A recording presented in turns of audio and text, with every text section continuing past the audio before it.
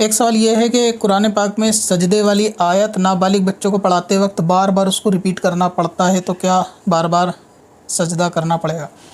जो सजदे की आयत है, अगर वो हिफ्ज़ करने में जैसे होता है कि उसको बार बार रिपीट करना पड़ता है, तो उसमें बार बार सजदा करने की ज़रूरत नहीं है, बल्कि एक मजलिस में एक बार सजदा कर लेना काफ़ी है। फिर हिफ्ज़ के लिए, याद के लिए उसे बार बार पढ़ने पढ़ाने से सजदे की ज़रूरत नहीं।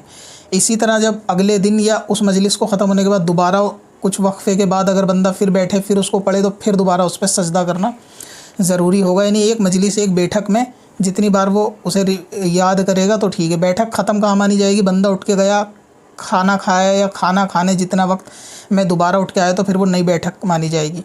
या कुरान शरीफ रख दिया, किसी दूसरे काम में लग गया और फिर दोबारा उठ बैठने के बाद कुरान पाक पढ़ेगा, तो फिर वो नई बैठक मानी जाएगी। तो इस तरह हर बैठक में एक बार सजदा करना काफ़ी है।